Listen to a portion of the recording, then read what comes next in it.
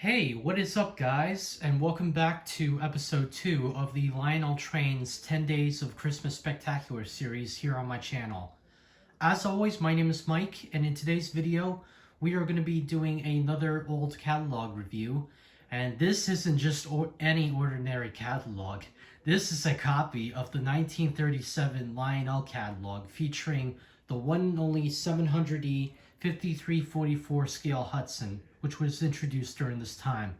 Now, just by looking at the cover, it is absolutely gorgeous. Right in front and center, you have the beautiful scale Hudson taking the center stage, and then you also do have some blueprints of some other Lionel engines that were made during this time as well. And that's what we're going to get into today. So without further ado, let's go ahead and get started, and I hope you guys will enjoy the show. Now let's open up to our first page here, and we'll see what we got.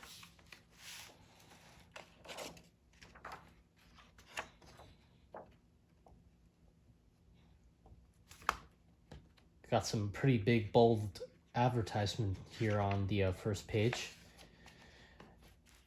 And here we have the engine of the hour, the legendary 700E die-cast New York Central Hudson, with its display case and very beautifully illustrated here.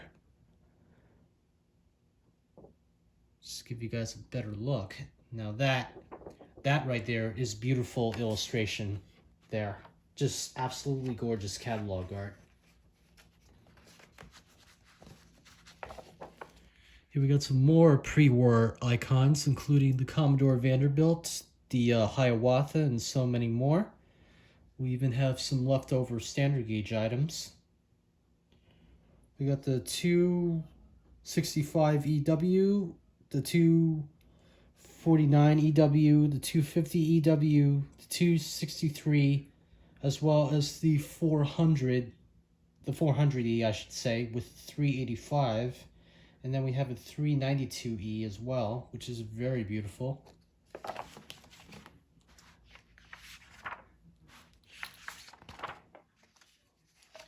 And here we have our 027 line. We got some baby Commodore Vanderbilts, as I like to call them, as well as some torpedo steam engines. And just look how affordable the prices were back then.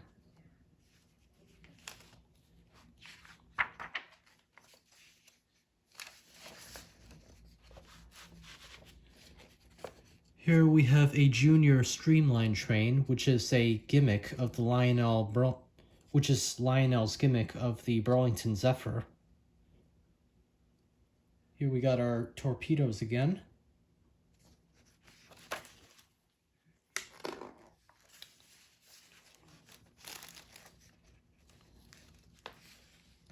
Right over here we have the 290E, both as a freight set and a passenger set. And here on the next page, we have the second recognizable Lionel icon, which is also known as the Flying Yankee.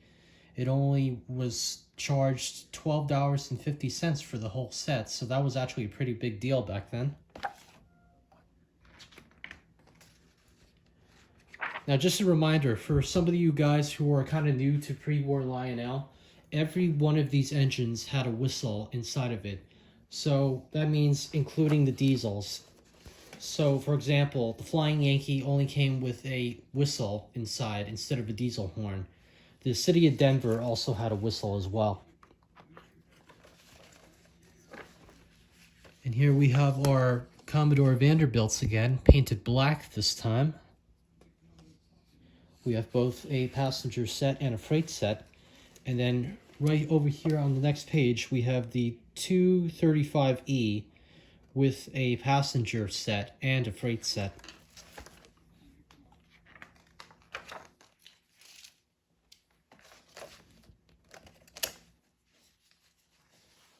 And here we have the city of Denver, like I mentioned earlier.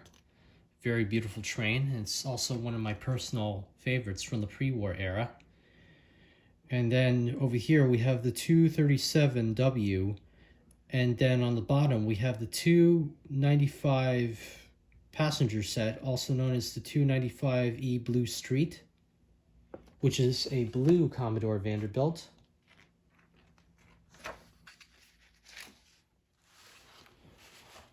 Alright, on our next two pages here, we have some more Torpedoes, only this time, these two have the Pennsylvania nameplate on the side, and then on the other page here, we have two work trains and a passenger train. We have the 277W remote control work train. We also do have 283 Blue Comet set. And then we have the 275W remote control freight set as well. Now getting back to the Torpedoes here real quick, the main difference between these and the other ones that I was showing you guys earlier is that these are also known as the 1073E type locomotives, and the difference is the wheel arrangement. Now, the six-wheel drivers were brand new during this time in 1937, but before that, the Torpedoes only had sets of four-wheel drivers, so that's something interesting to keep an eye out for. Next up, we have this beautiful illustration of the Union Pacific N10,000, one of America's first streamlined diesel locomotives. And then we have the Hiawatha, which is also a very iconic icon from Lionel's pre-war era. Back then, they offered not only a passenger set, but they also offered a freight set as well, which is very nice.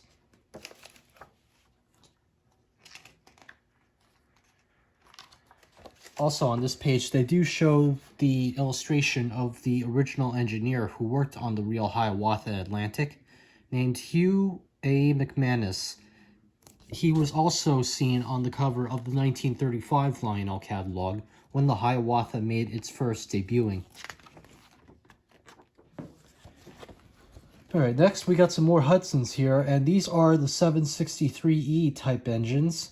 We have two freight sets as well as a passenger set, and these engines come with the Vanderbilt oil tenders. Now, it's very rare to find them in gray, and I believe there was also a rare version of the tender that has black journals. And then over here we have the legendary 700E again.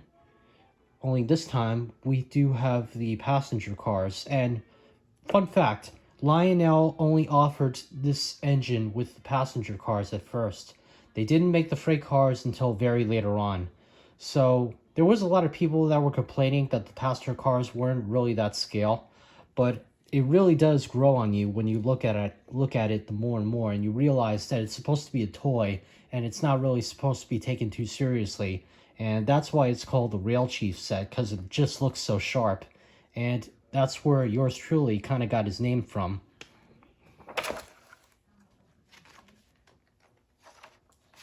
Here we got our standard gauge engines.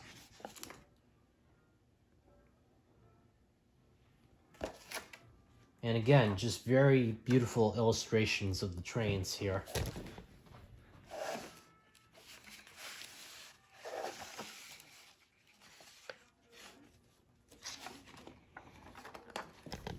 Here we have our transformers and power supplies. We also feature the whistling station. We got our track sections, we got our curves, switches. We got our rolling stock section. Got a couple of nice passenger cars and some freight cars.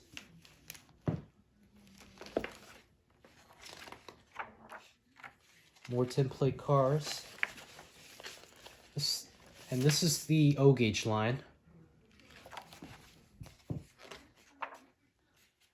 Then we have our standard gauge accessories. We do have the 79 flashing signal. We got a couple of semaphores. And we also do have a couple of crossing gates. And these crossing gates here are actually my favorite because they just look so true to scale. If you've seen any of these signals in real life, then you know exactly what I'm talking about. We got some more buildings here. Got a couple of passenger stations, some switch towers. We have the Edison power station. Well, actually, it is very rare to find it with the Edison name on it, so it's just named Power Station on the side.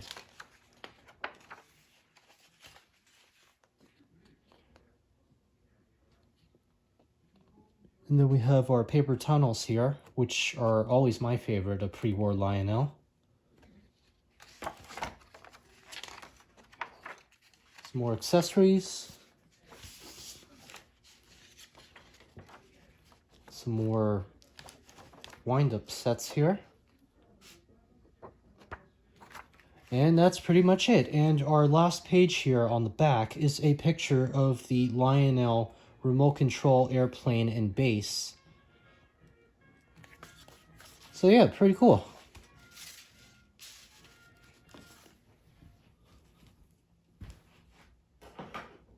So special thanks to my friend George, who sent me this catalog when I met him up at the York show.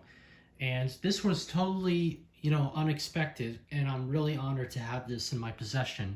So special thanks to him once again, and I really plan to guard this with my entire life and to keep it as new as I can get it. But anyway, I hope you all have enjoyed today's little review. Don't forget to like, comment, and subscribe to my channel. And don't forget to hit the notification bell down below for many other projects that I upload.